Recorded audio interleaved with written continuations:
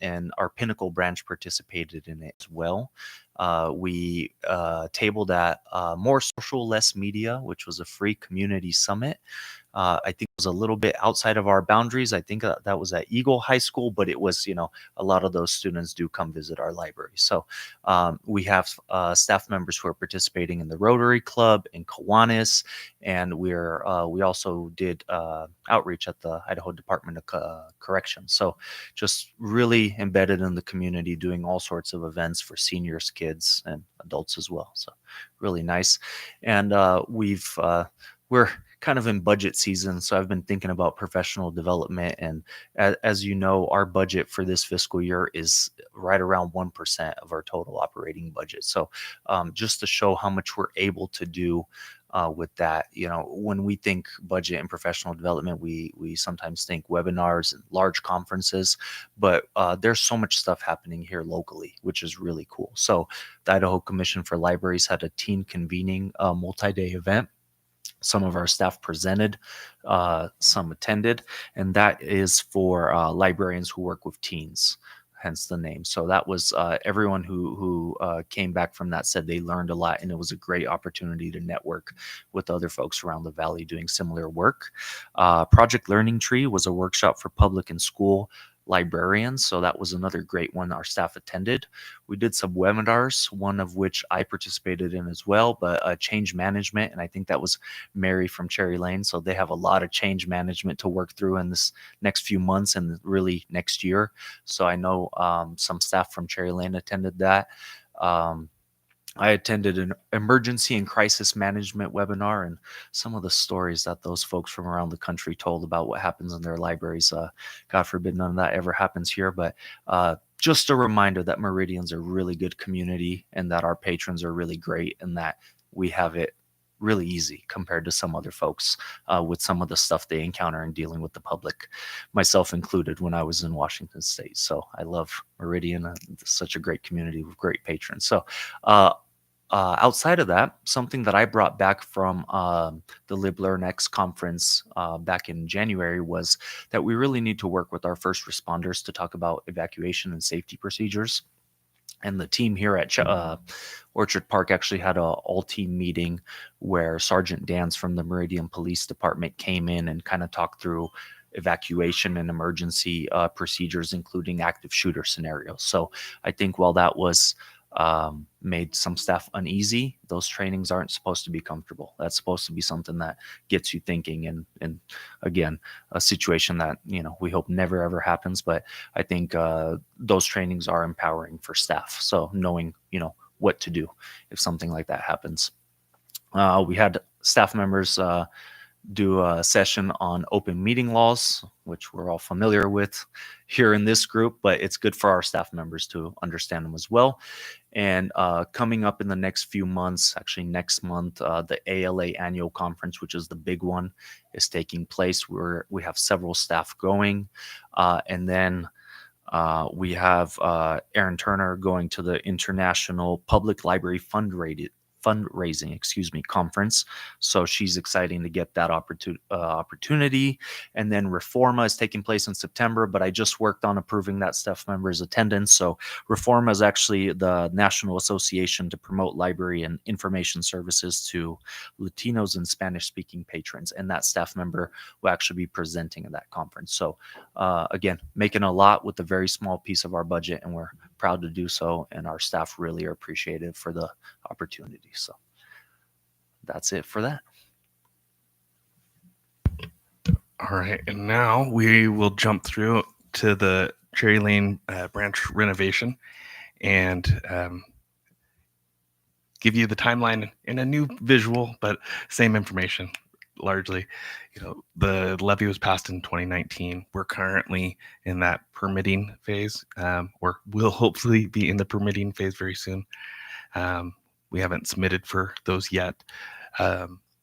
We are currently working with our multitude of teams to figure out the access points and what that is going to look like, whether that be the current design taking access off Leisure Lane, which means we'll have to go to the city for a development agreement modification, or a new alternative route where we would take access off of Cherry Lane, utilizing the current access points that we have at the Cherry Lane branch and at the annex location. And so we've run through, I think, 7 different configurations officially. They've taken those and created some modifications and are working with ACHD to see if they are feasible or not. And I will hopefully have more information soon, but I'm in the military status of hurry up and wait. And as soon as I have something, I will share it with you all.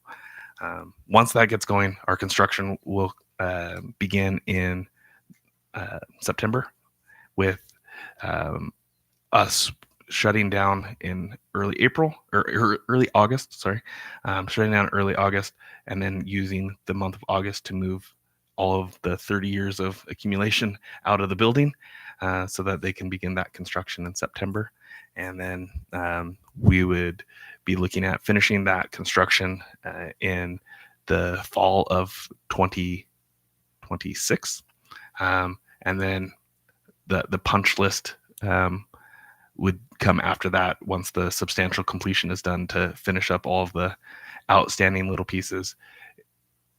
As I've told many people in the past, that last little punch list section is the section that is the hardest, because it's all those little tiny things that have to get done, and usually you're waiting on a trade or two.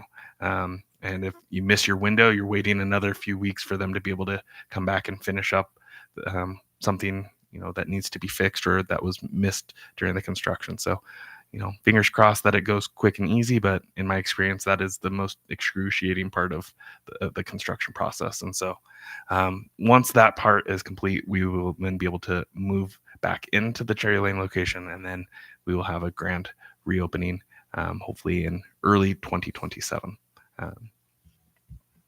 And the much more exciting piece of looking at pictures.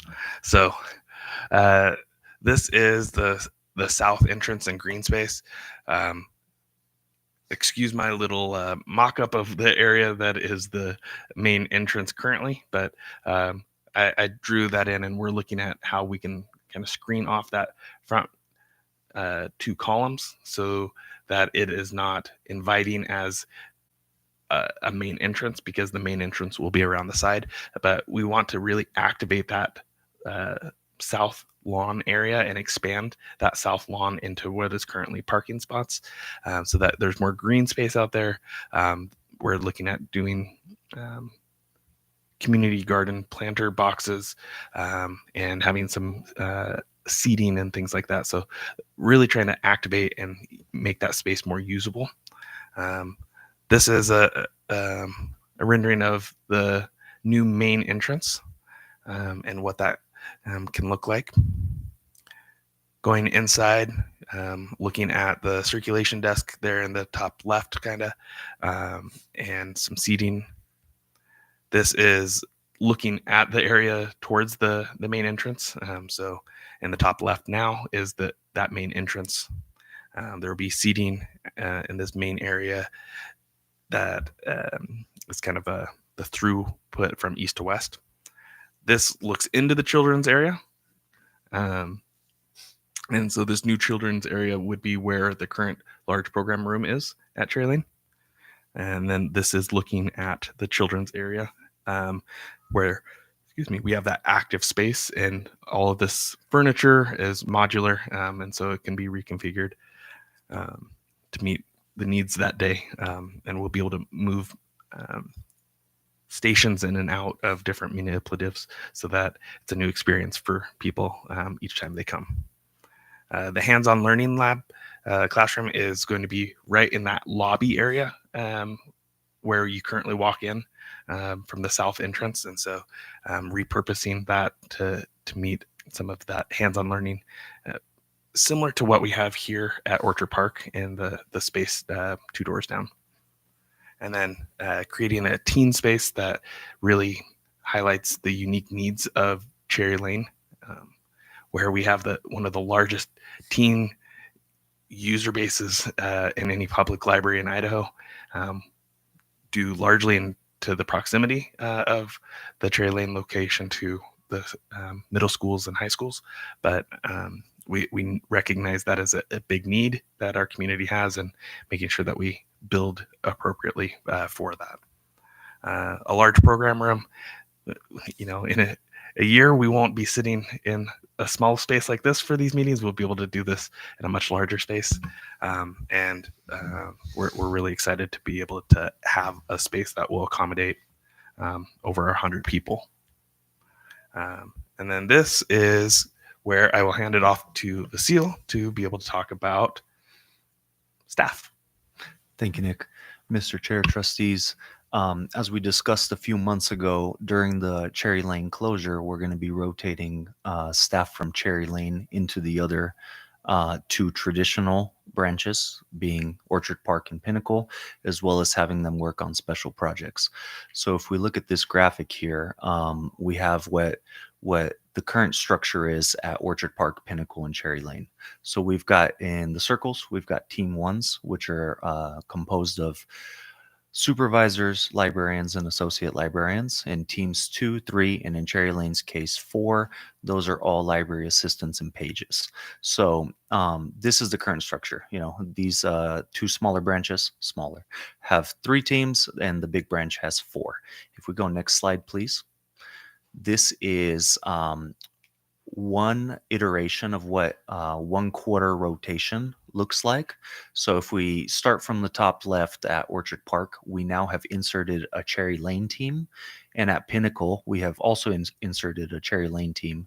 And on special projects, we've taken a team out of Orchard Park and Pinnacle to now work on special projects. So what this ensures is that each quarter the rotation just keeps moving, and there's a team from each of the traditional branches working on special projects, as well as the Cherry Lane teams being inserted into the branches so they maintain their skill set. We really don't want staff to be, just because their branch is close, to be stuck on special projects for 14, 16 months. We really want them cycling through and keeping their skill sharp, working at the traditional branches, as well as special projects. So special projects is a large plethora of things that we have to work on that will really help with tidying up a lot of our internal workflows and inventory and training, development, internal culture. So we have a lot of things, some of which all of which I'm happy to present next time. We touched on them a few months ago, and the list keeps growing. So how is this possible? So if we go to the next slide, so what we've worked over the last few months to create are block schedules. So if we look at this graphic here, in blue we have a block A, in green we have block B, and in red we have a block which is team 1. So as I mentioned earlier, team 1's being librarians and associate librarians and supervisors. Those folks are not on desk as much as they have a lot of other duties. So what these block schedules illustrate is which teams are responsible for public facing coverage that day. So we're looking Sunday through Saturday. And so if team 2 is a block A, team 3 is a block B, and the team 1 is, we just call them team 1, you'll see how block A is responsible for coverage Sunday, Monday, Tuesday, Wednesday, and Saturday. Block B, Sunday, Wednesday, Thursday, Friday, Saturday. They share those. Tuesdays and Thursdays are solely block A and block B's responsibility, and then the team 1s are also sharing responsibility Mondays and Fridays. So what that means is that's not strictly the days that people working those blocks will be working, but that is when those blocks are responsible for coverage. So for example, a block A person may still work a Thursday or a Friday, but the majority of their shifts each week will fall within the block. So some of you may have had block schedules in high school. We've likened it to that a lot, is where they kind of, stagger like that. But what we did is create a model in which each team could be assigned a block, and as they rotate, as Did you go back one? Thank you. So say if we look at Pinnacle branch, Pinnacle Team 2, if they're working a block A and Pinnacle Team 3 is now on special projects, well, then Cherry Lane Team 2 is now working a block B. Team 1 always works the Team 1 block. So since we've built out our staffing model in a way that is intentional with symmetrical teams, we could pull one team out, insert another team, and they're responsible for covering the same block. So that's how we make this possible with these teams rotating each quarter. And so I know that's a lot at once. I've explained it 100 different ways in the last few months. So if you have any questions, I'm happy to answer them. And Mr. Chair, I'll jump in and just say one of the key aspects of the rotation is that the Orchard Park Team 2 will always be on Block A. Orchard Park Team 3 will always be in a Block B. Same with Pinnacle. But the Cherry Lane teams will be rotating in to fill whichever team is pulled out of those out of Pinnacle or out of Orchard Park. They'll cover for whichever is taken out. And so Cherry Lane is the only team. So Cherry Lane's Team 2, 3, and 4 will be going to Orchard Park or Pinnacle, but Orchard Park's team will not be going to Pinnacle. Pinnacle's team will not be going to Orchard Park. The only time they'll be doing something different is when they're pulled out of rotation to be on special projects. Otherwise, they stay in their set A or B as presented on the other slide. So it's confusing a little bit, but essentially you stay on your schedule at Orchard Park and Pinnacle as either a Team A or a Team B, unless you're on special projects. If you're Cherry Lane, you're going to fill the hole that was left by the team that got pulled to go to special projects, or you're on special projects. So. And as we've mentioned previously, we're in a hiring freeze. Any opportunities that are, any positions that are vacated, we've really been evaluating them, and ones that we need to fill, we've been filling internally. So what that's doing is creating attrition, but we're still able to have enough staff to make these rotations happen. Eventually, with enough attrition, you think, well, how do we staff a building? Well, we have, really 4 teams if you count the Team 1 from Cherry Lane, but if you count the 3 teams on special projects, there'll always be people to pull out of special projects and have them cover at the branches. So we feel really confident that staffing levels will still be good to adequately staff our buildings. And that will always be the top priority. Of course. Covered a lot of information. Questions? Mr. Chair, Josh, go ahead.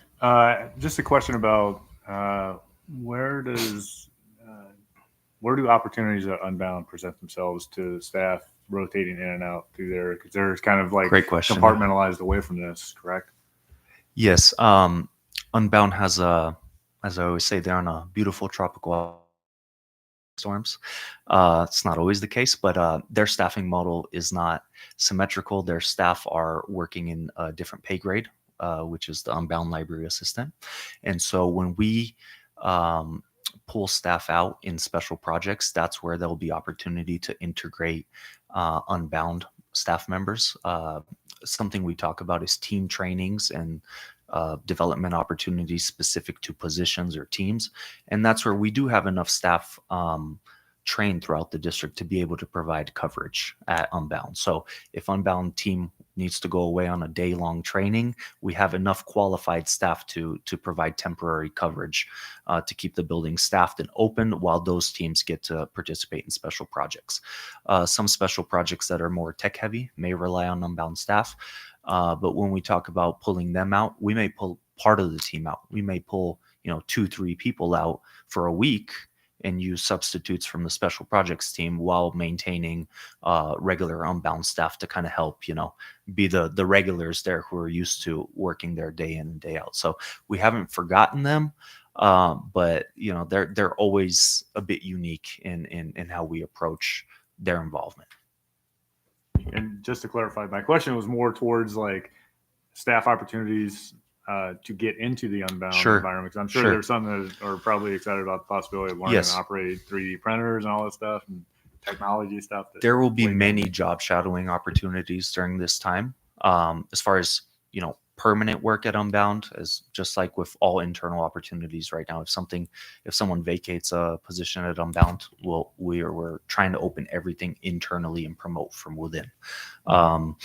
Other than that, our training and development committee works with all the teams to evaluate needs. And I do know that a lot of staff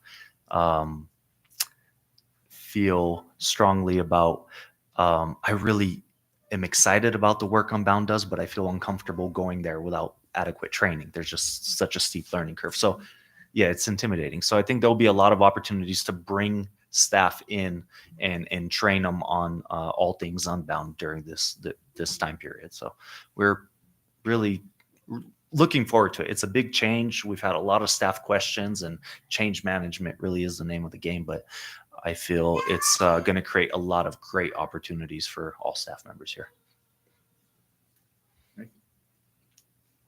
Other questions? Mr. Chair. Please go ahead. Thank you for the stats regarding the teen card holders. Appreciate that. That was not surprising, but also very interesting. So I thank you so much. One of the things that you mentioned was weeding, and in the report, there's collection maintenance, and obviously at Cherry Lane, there's a lot of deletions going on. As a wonder, like if I were to look at that, I think that's a lot of items, and it looks like a lot, but it's actually not. But can you talk about what happens when an item is deleted from our collection? Yes. So most items that are removed from our collection are donated to the Friends of the Library. The Friends of the Library then use those items in their book sales, both their ongoing ones and then their bigger ones as well. However, there are items that, I'll use my family, for example, ripped a book or dropped it in a mud puddle or spilled juice on it, or I'm trying to think of how many other books that we've paid for. These are all just personal examples that get removed from the collection because they are no longer items that we want to be circulating. And so when we remove those items don't necessarily go to the Friends. We don't want the Friends trying to sell a book that's, has permanent marker, written through every 18th word. Good job on counting, boys. But we don't give those ones. Those ones do then get, thrown either in trash or recycling, depending on what it is. But more often than not, most items get sent to the Friends of the Library for them to use in their book sales.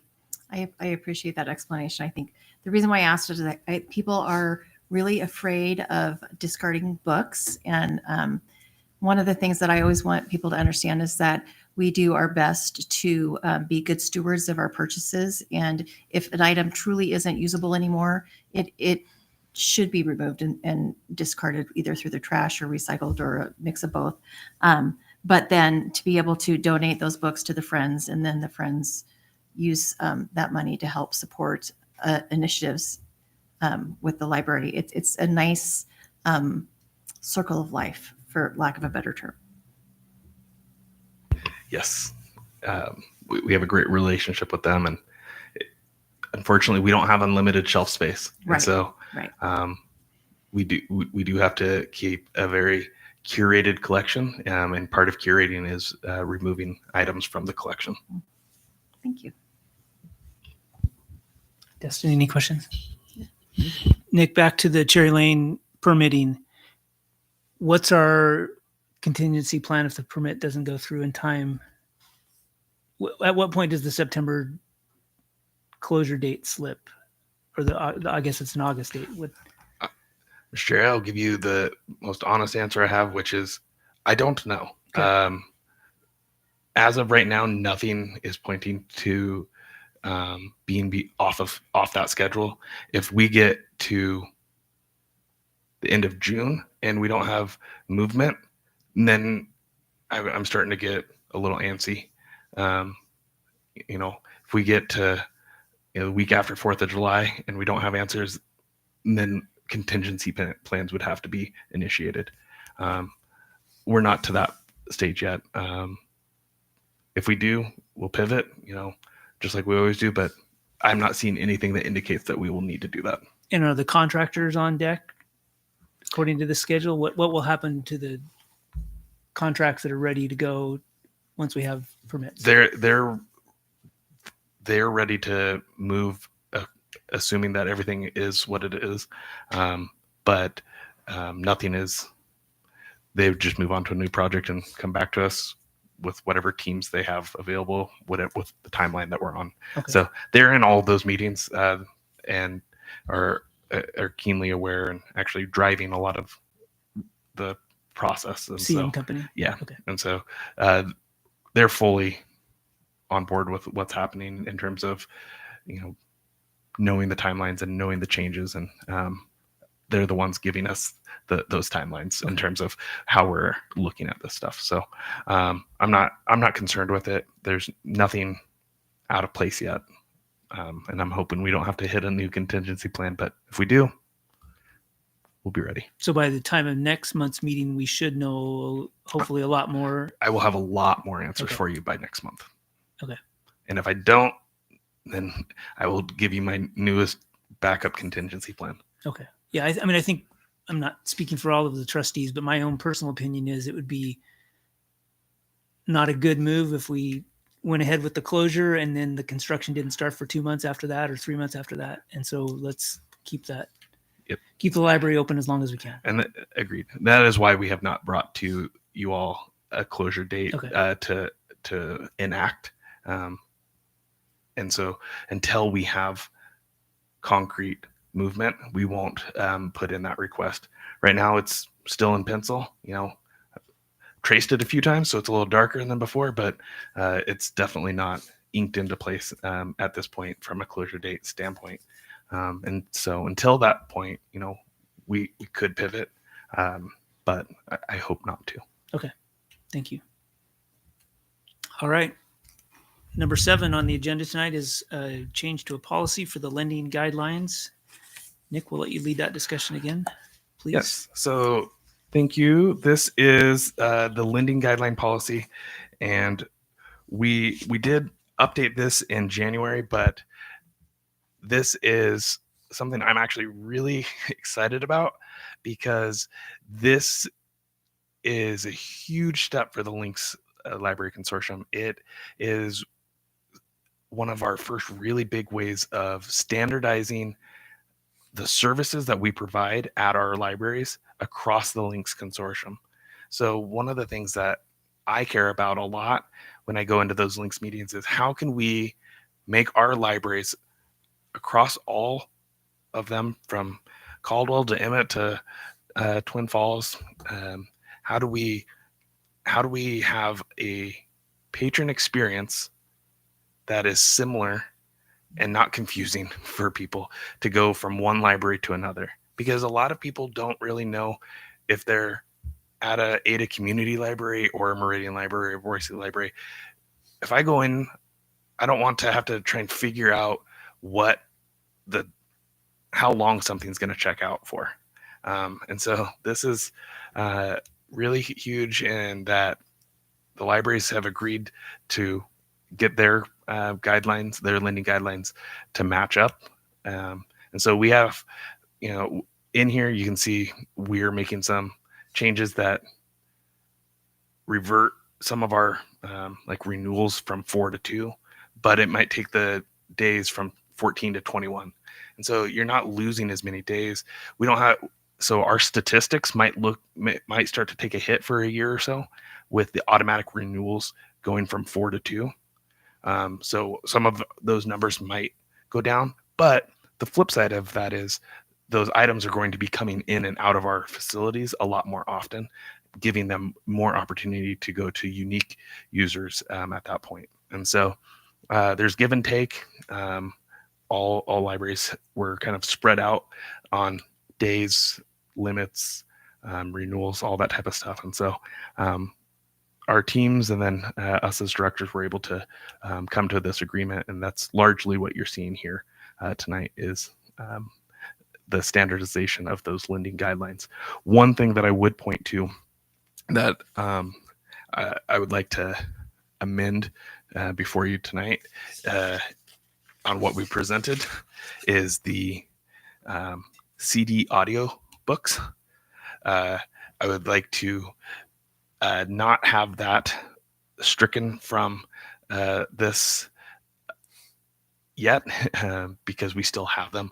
I would like to put a trigger date on it essentially though, and say that so we don't have to just bring it forward for that one piece is that it be stricken from the lending guidelines as of or effective on April 3rd or August 3rd when we close Cherry Lane, because currently Cherry Lane, I don't see that one on our you sheet here. don't see that one? Audio CDs.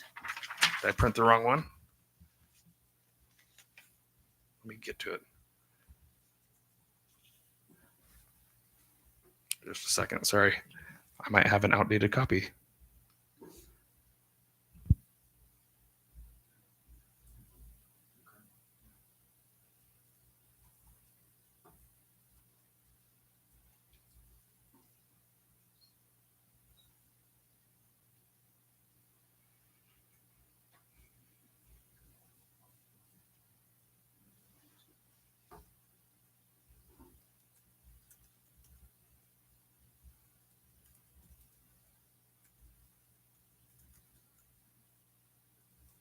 While you're pulling that up, can I ask Vasila a question? Is this truly 999 books for checkout?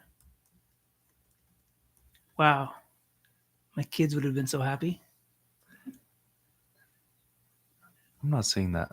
For Is that what we the have? limit per card says 999. It's been a long day. You'll have to excuse me. It's Is all that right. is that factual? Okay. Yes, it is.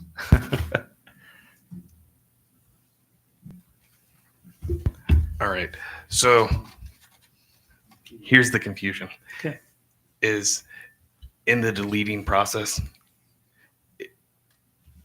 it's there but not there type of, it's a weird one. So don't worry about my amendment. It's not going to change anything that with what we have. But it does give me a chance to talk about CD audiobooks. CD audiobooks are only at Cherry Lane.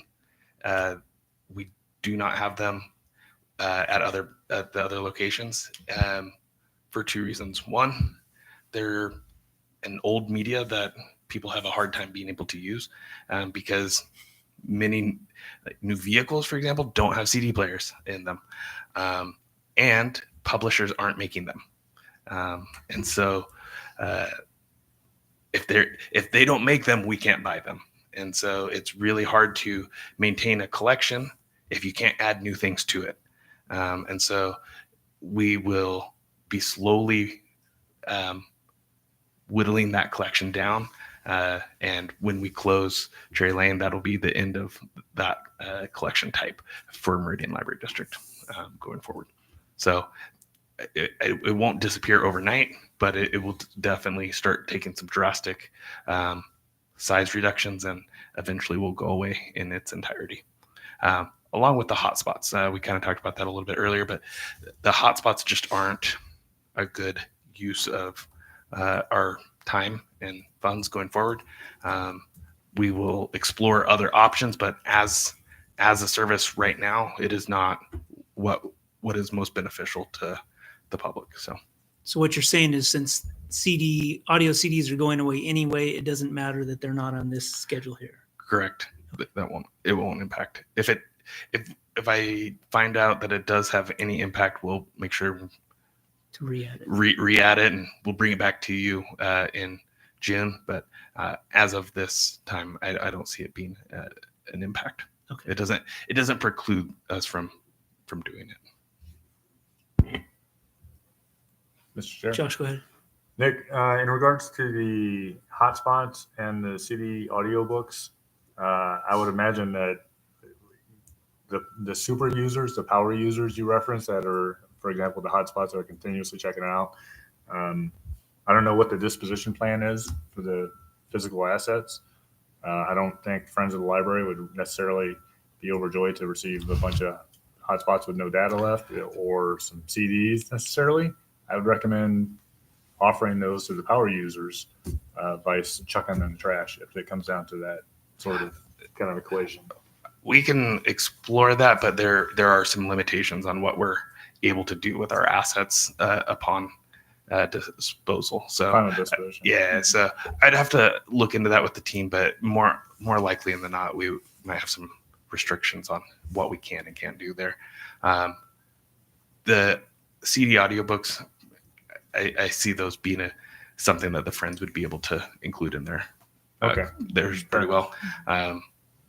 We've gone through this over the years of when do you bite the bullet and get rid of VHS tapes? When do you bite the bullet and get rid of music CDs? When do you bite the bullet and get rid of books on tape? When you get rid of Hoopla? There's a point in time where it just doesn't make sense for us to continue to have things, especially physical materials that take up shelf space, and a lot of shelf space at that.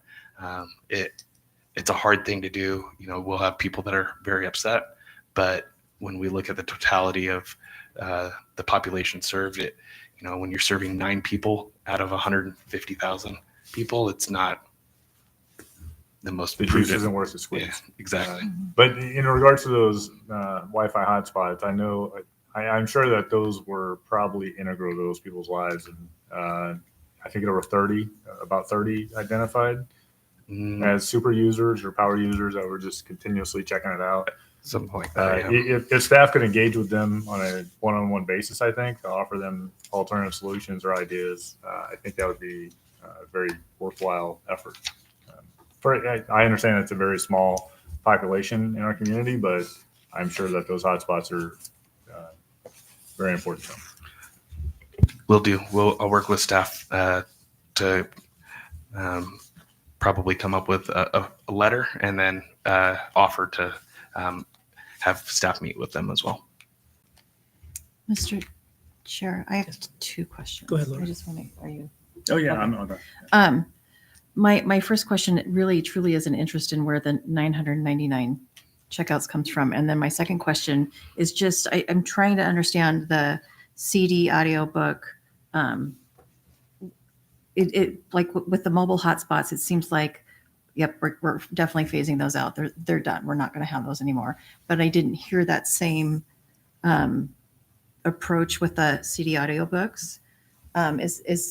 Are we treating them the same as the hotspots in the sense that we're just not going to, we have a cutoff date, we're going to move them out? Or is it as we continue to weed? So the hotspots will be a very set date, like no more. Mm-hmm. CD, the audiobooks will be phased out slowly over the next few months.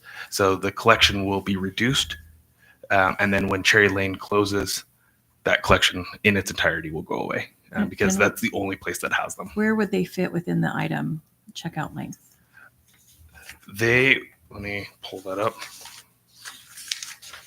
I wonder if it's electronic devices. I don't know. Let me make sure they would be the same as a book collection. Okay.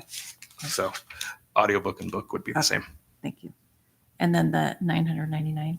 That just is so That weird to is me. one of those ones where You have to for compromise. one of the libraries that was, I'm guessing probably Boise. It was one of their sticking point ones, and Okay. it was sure. Like, so couldn't win them all. Understand. Knock yourself out, right? If you can carry that many, kudos to you. I know for me, if I had that, I mean, it feels like I have that many checked out between my children and I, but if I had that many, I'd be paying for a lost book at least once a week at that rate. So I would not recommend that, but if you can, okay. It would help out. I mean, to be honest, it would help our shelf situation most of the year. So Yeah. All right. If there are no further questions, I would entertain a motion to approve the lending guidelines. I move that we approve the lending guidelines. A second. Thank you. We have a motion and a second. All in favor? Aye. Aye. Any opposed? None. Motion carries. Item number 8, future agenda items. Next month, we will have the swearing in of one new trustee and one continuing trustee. So that'll be the first agenda item. And we will also have the annual election of officers as part of this June meeting. Any other items that you would like to see, trustees would like to see on the agenda?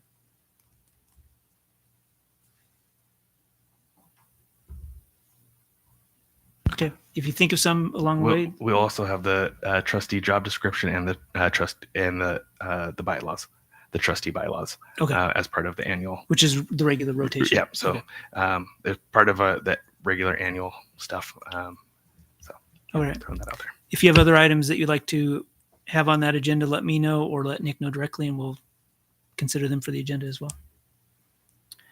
And that brings us to item number 9 on our agenda, which is the adjournment of tonight's meeting at 8:13. We are adjourned. Thank you.